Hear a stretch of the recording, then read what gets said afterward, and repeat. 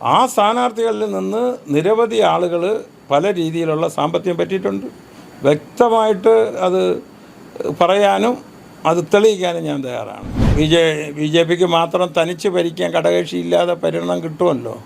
അപ്പോൾ ആ ഭരണം കിട്ടുമെന്നുള്ളതുകൊണ്ടായിരിക്കും ബാക്കിയുള്ളവർക്ക് സീറ്റ് കൊടുക്കാത്തത്. ഒന്നിച്ച് 71 സീറ്റും ബി ജെ പി ഒറ്റയ്ക്ക് ജയിക്കും എന്നുള്ള അവരുടെ ഒരു ആഗ്രഹമായിരിക്കും. അപ്പോൾ പിന്നെ ഞങ്ങൾ 2-3 സീറ്റ് കൂടി അതിൽ കൂടി അവർ ജയിച്ച് നല്ല ഭൂരിപക്ഷത്തിൽ അങ്ങ് പ്രവർത്തിക്കട്ടെ. മാറ്റം വരുത്തേണ്ട അവരാണ്. അവർ രാഷ്ട്രീയമായിട്ട് ചതുവ് ചെയ്തു. ആ ചതുവിന് പരിഹാരം കാണേണ്ടത് അവരാണ്. നമുക്ക് അതിൽ കാണാനൊന്നുമില്ല. നമ്മൾ 20-ാം തീയതി ആകുമ്പോൾ നമുക്ക് മത്സരിക്കണമെന്ന് തോന്നിയാൽ ഞങ്ങൾ ഒറ്റയ്ക്ക് മത്സരിക്കും.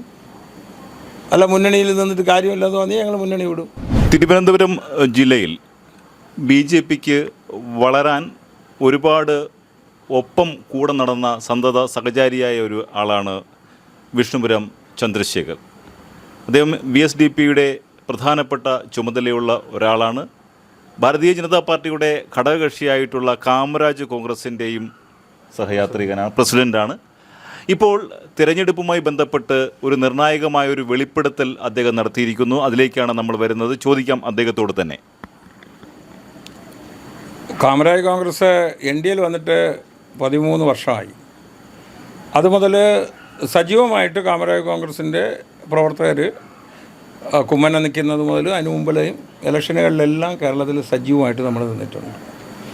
കഴിഞ്ഞ 21 ഇലക്ഷൻ കഴിഞ്ഞ സമയത്ത് പാറശാല ഞങ്ങൾ 3-ാം സ്ഥാനമാണ്, ഞങ്ങൾ പ്രവർത്തിക്കട്ടോ എന്ന് ചോദിച്ച് പ്രവർത്തിക്കാൻ പറഞ്ഞു. ഒരു സാധാ പ്രവർത്തനം വെച്ച് നമ്മൾ പ്രവർത്തനം ആരംഭിച്ച് ബൂത്ത് കമ്മിറ്റികളെടുത്ത് അവിടുത്തെ ഒരു ഇലക്ഷന് നിൽക്കുന്ന ഒരാൾ ചെയ്യേണ്ട എന്തൊക്കെയാണോ അത് ചെയ്യിപ്പിച്ച് 5 വർഷമായ സമയത്ത് ആ സീറ്റ് നമുക്ക് തരാമെന്ന് പറഞ്ഞിട്ട് ആ സീറ്റ് ഇന്ന് ഉപേക്ഷിച്ച് ചർച്ച വയ്ക്കുകയും ഇന്നലെ മറ്റൊരാൾക്ക് കൊടുക്കുകയും ചെയ്തു. അത് ഫെബ്രുവരി 15-ാം തീയതി ഉപേക്ഷിച്ച് ചർച്ച എറണാകുളത്തുണ്ടായിരുന്നു. അന്ന് രാജീവ് ചന്ദ്രശേഖർ ഇല്ലാത്തതുകൊണ്ട് ഞങ്ങൾ 6 കക്ഷികൾ ചേർന്നിട്ട് ഒരു കത്തയച്ചു. അപ്പോൾ അദ്ദേഹത്തിൻ്റെ നിർദ്ദേശപ്രകാരം ഇന്ന് 11 മണിക്ക് ആണ് ആ ഉപേക്ഷിച്ച് ചർച്ച വച്ചത്. അപ്പോൾ ഇന്ന് ഉപേക്ഷിച്ച് ചർച്ച വച്ച സമയത്ത് ഞങ്ങൾ പോയപ്പോൾ അദ്ദേഹം ഇല്ല. ഇന്നും പഴയ ആളുകൾ തന്നെയാണ് ഈ ചർച്ചയ്ക്കിരുന്നത്. അതെങ്കിൽ മാറ്റി വയ്ക്കണ്ടേ? അല്ലെങ്കിൽ ഇന്ന് ഉപേക്ഷിച്ച് ചർച്ച വെച്ചപ്പോൾ ഇന്നലെ എങ്ങനെയാണ് ആ സീറ്റുകൾ വേറെ ആളുകൾക്ക് കൊടുക്കുന്നത്? അപ്പം ഒരു ധൃതി കാണിച്ചു പാറശാലയിൽ.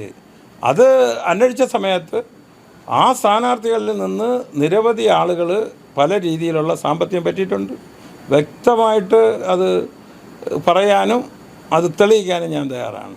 നമ്മൾ എത്ര സീറ്റുകളാണ് ഈ തിരഞ്ഞെടുപ്പിൽ NDAയോട് ആവശ്യപ്പെട്ടിട്ടുണ്ടായിരുന്നത്, അല്ലെങ്കിൽ BJP യോട് ആവശ്യപ്പെട്ടിട്ടുണ്ട്? ഞങ്ങൾ ചോദിച്ചിട്ടുള്ള 5 സീറ്റ് എവിടെയൊക്കെയാണ്? അത് അരുവിക്കര, പാറശാല, കോവളം, കൊല്ലം ജില്ലയിൽ ചടയമംഗലം, കോഴിക്കോട് ജില്ലയിൽ പേരാമ്പ്ര 5 സീറ്റ് ചോദിച്ചിരുന്നു.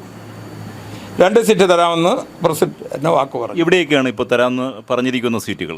അത് പറഞ്ഞിരുന്നത് അരീക്കരയും പേരാമ്പ്രയും. അപ്പോൾ ഇന്ന് ഉപേക്ഷിച്ച ചർച്ചയ്ക്കും അവർ അരീക്കര സീറ്റിൽ മത്സരിക്കണമെന്ന് തന്നെ ആവശ്യപ്പെട്ടത്. പക്ഷേ പാറശാല മത്സരിക്കാതെ നമ്മൾ മറ്റൊരു സീറ്റിലും മത്സരിക്കില്ല. പാറശാല തരാത്ത സ്ഥിതിക്ക് നമ്മൾ വേറെ എന്തെങ്കിലും മത്സരിക്കില്ലെന്ന് നമ്മൾ തീരുമാനമെടുത്തു. അപ്പോൾ ഈ തിരഞ്ഞെടുപ്പിൽ നിന്ന് നമ്മളെ വിട്ടു നിൽക്കാനാണോ ഇപ്പോൾ തീരുമാനിച്ചിരിക്കുന്നത്? അല്ല, ഇപ്പോൾ അങ്ങനെയല്ല. മത്സരിക്കണ്ടെന്ന് തീരുമാനിച്ച്. കാര്യം മത്സരിക്കണമെങ്കിൽ ജയിക്കണമെങ്കിൽ നമുക്ക് പാറശാലയെ ജയിക്കാൻ കഴിയും. അവിടുത്തെ സാഹചര്യം അനുസരിച്ചുള്ള സ്ഥാനാർത്ഥിയാണ് നമ്മൾ ഇട്ടത്. അതിന് അനുവദിക്കാതിരുന്നിട്ട് വെറുതെ മത്സരിച്ച് സമയം കളയണതിന്. പിന്നെ ഇപ്പോൾ ബി ജെ പിക്ക് മാത്രം തനിച്ച് ഭരിക്കാൻ ഘടകകക്ഷിയില്ലാതെ ഭരണം കിട്ടുമല്ലോ. അപ്പോൾ ആ ഭരണം കിട്ടുമെന്നുള്ളതുകൊണ്ടായിരിക്കും ബാക്കിയുള്ളവർക്ക് സീറ്റ് കൊടുക്കാത്തത്.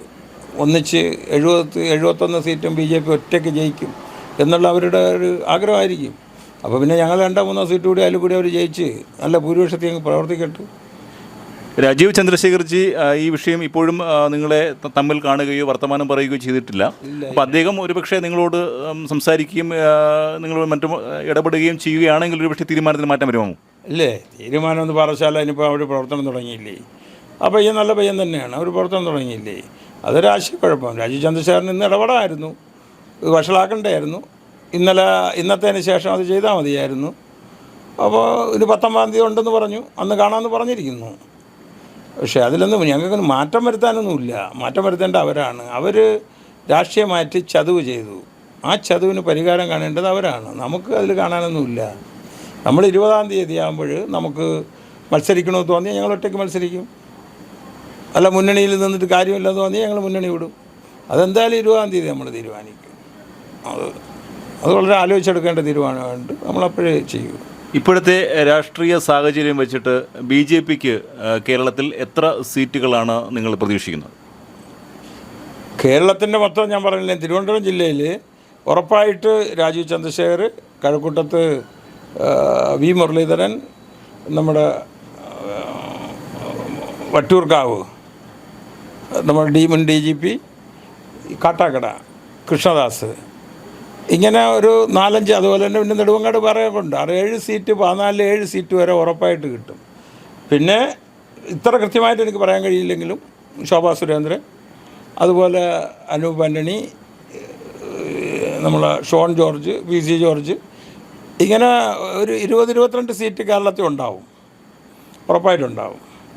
ഒരു 50 വർഷത്തെ രാഷ്ട്രീയ പാരമ്പര്യമുള്ള സംഘപരിവാർ പ്രസ്ഥാനങ്ങളിൽ നിന്നും പാർട്ടിയിലേക്കും അതുപോലെ തന്നെ സജീവ സാന്നിധ്യമായി ഇടപെട്ടുകൊണ്ടിരിക്കുന്ന ഒരാളാണ്. അപ്പോൾ ഈ കാലയളവിൽ ഓരോ വർഷം കഴിയുന്തോറുമുള്ള തിരഞ്ഞെടുപ്പുകളെ കാണുകയും ആ തിരഞ്ഞെടുപ്പുകൾക്കുള്ള മാറ്റങ്ങൾ നേരിട്ടറിയുകയും ചെയ്യുന്ന ഒരാളാണ്.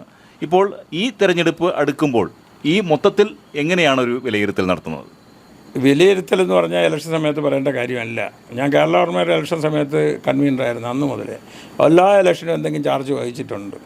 പക്ഷേ ഇപ്പോൾ ഈ പാർട്ടിയിൽ കയറി പറ്റിയിരിക്കുന്ന ആളുകൾക്ക് അധ്വാനമില്ല. അവരിതിനെ നശിപ്പിക്കാൻ വേണ്ടി നടക്കുകയാണ്. രാജീവ് ചന്ദ്രശേഖരനെ നന്നാക്കണമെന്നുണ്ടെങ്കിലും തൊട്ട് താഴെ ഇരിക്കുന്ന സുരേഷ് മുതൽ ബാക്കിയുള്ളവരെല്ലാം ഗ്രൂപ്പിൻ്റെ വക്താക്കളാണ്. അവരിതിനെ നശിപ്പിക്കും. രാജീവ് ചന്ദ്രശേഖരനെയും കൂടി അവസാനം ഇട്ടെറിഞ്ഞ് ഓട്ടിക്കും. ഈ പ്രസ്ഥാനം നശിക്കാതിരിക്കാനാണ് ഞാൻ തുറന്നു പറയുന്നത്. അത് പറഞ്ഞുകൊണ്ടേയിരിക്കും. ഇപ്പോൾ നേരത്തെ ഞാൻ ചോദിച്ചതുപോലെ തന്നെ രാജീവ്ജി ഈ വിഷയത്തിൽ ഇടപെടുകയും ഇപ്പോൾ നമ്മൾ ചോദിച്ച മണ്ഡലങ്ങളല്ലാതെ പുതിയൊരു സാഹചര്യം സൃഷ്ടിക്കുകയും ചെയ്താൽ നമ്മൾക്ക് കൂടെ നിൽക്കാൻ സാധിക്കില്ലേ? രാജീവ് ചന്ദ്രശേഖരന് കൈയും കാലും ഒക്കെ അവർ കെട്ടിയിട്ടിരിക്കുകയാണ്. അദ്ദേഹത്തിന് നടക്കാനോ കഴിക്കാനോ ഒന്നും ചെയ്യാനോ അവരനുവദിക്കില്ല. അദ്ദേഹത്തിന് ഇതിനെല്ലാം താല്പര്യമുണ്ട്. നല്ല മനുഷ്യൻ. ഒരു മാറ്റം ഉണ്ടാകുമെന്ന് പ്രതീക്ഷിച്ചാണ് ഞങ്ങളൊക്കെ താല്പര്യമായിട്ട് നിന്നതും. പക്ഷേ ഒരു ഗ്രൂപ്പിൻ്റെ വക്താക്കളാണ് ഇത് നിയന്ത്രിക്കണം മുഴുവൻ. അദ്ദേഹത്തിന് എവിടെയെങ്കിലും യോഗത്തിന് പോകാനും പറ്റും, സംസാരിക്കാൻ. അയാൾ എന്തെങ്കിലും പറഞ്ഞാൽ ഒരു കാര്യം അവർ ചെയ്തിട്ടില്ല. ഞങ്ങളെ ആയിട്ട് ചർച്ചകൾ കഴിഞ്ഞാണ്. അവരെ ഏൽപ്പിച്ച ഒരു കാര്യവും ചെയ്തിട്ടില്ല. അദ്ദേഹത്തിന് ചെയ്യണമുണ്ട്, ഇന്നത് ചെയ്യണമെന്ന് പറഞ്ഞാൽ താഴെ ഇരിക്കണ ഓർഗനൈസ് സെക്രട്ടറി ചെയ്യണ്ടേ. അപ്പോൾ ഇതിനെ നശിപ്പിച്ച് നാനാവശേഷമാക്കാൻ വേണ്ടി ഒരു അധ്വാനമില്ലാത്ത കുറേ ആളുകൾ ഈ പാർട്ടിയുടെ നല്ല ചുമലിൽ വെച്ചുകൊണ്ടിരിക്കുന്നിടത്തോളം കാലം ഇതിനൊരു പരിഹാരമാവില്ല. ഇത് അകത്ത് നിന്നുകൊണ്ട് ഞാൻ പറയാൻ കാരണം, എൻ്റെ ഇത്തിരി ഇതാണെങ്കിൽ എനിക്ക് രാജിവെച്ച് പോയിക്കൂടെ? ഞാൻ പോകാത്ത എനിക്കൊരുപാട് അധ്വാനമുണ്ട്. അവരെന്നെ പുറത്താക്കട്ടെ, അവരെന്നെ പുറത്താക്കണം. ഞാനൊരു ആരോപണങ്ങൾ പറയുന്നു, ഞാൻ പറഞ്ഞ ആരോപണങ്ങൾ പേയ്മെൻ്റൊക്കെ ഉണ്ടല്ലോ, ആരോപണങ്ങൾ എന്നെ പുറത്താക്കട്ടെ. ഞാൻ അതിൻ്റെ തെളിവുകൾ സഹിതം ഞാൻ കൊണ്ടുവരും. ഞാൻ പറയും നന്നാക്കാൻ വേണ്ടി. അത് പുറത്ത് പറയേണ്ടി വന്നത് അകത്ത് നിരന്തരം ശബ്ദിച്ചുകൊണ്ടിരുന്നിട്ട് ഒരു വിലയും ഇല്ലാതെ വന്നപ്പോൾ ഞാൻ പുറത്ത് പറയുന്നു. നാളെയും അത് പറയും. എന്തൊക്കെയോ പുതിയ വെളിപ്പെടുത്തലുകൾ വരും ദിവസങ്ങളിൽ നടത്തും എന്ന സൂചനകൾ താങ്കൾ നൽകുന്നു. അത് ഇപ്പോൾ പങ്കുവയ്ക്കാമോ? ഇല്ല, അത് നമ്മൾ പറഞ്ഞ കാര്യങ്ങൾക്ക് തർക്കിക്കട്ടെ അവർ. ഞങ്ങളങ്ങനെയൊന്നും ചെയ്തില്ലെന്ന് പറയട്ടെ. അപ്പോൾ നമ്മൾ ചെയ്ത കാര്യങ്ങൾ തെളിയിക്കണം. നാളെ ഞാൻ എല്ലാവരും കാണും. ഞാൻ ഇതിൽ നിന്ന് ഒളിച്ചോടില്ല. ഈ പ്രസ്ഥാനം നന്നാവുന്നത് വരെ ഞാനിതിലുണ്ടാവും. അല്ലെങ്കിൽ നമ്മളിപ്പോൾ ഫുട്ബോളിലാണ് നിൽക്കുന്നത്, അവർ വിളിച്ച് തള്ളണം. തള്ളിയാൽ ഈ ജില്ലയിൽ ആര് ജയിക്കും ആര് ജയിക്കേണ്ടെന്നൊക്കെ ഞങ്ങൾ തീരുമാനിക്കും. അതിനുള്ള ശക്തിയൊക്കെ ഞങ്ങൾക്കുണ്ട് എല്ലാ മണ്ഡലത്തിലും. അതവർക്ക് കാണേണ്ടിയും വരും. എന്തായാലും വളരെ നിർണായകമായ ചില വസ്തുതകളാണ് അദ്ദേഹം പങ്കുവയ്ക്കുന്നത്. ചിലത് പറയുകയും ചിലത് പറയാൻ ഇനിയും സമയമുണ്ട് എന്ന് പറയുകയും ചെയ്യുന്ന രീതിയിലാണ് ഇപ്പോൾ നമ്മളോട് വർത്തമാനം പറഞ്ഞിരിക്കുന്നത്.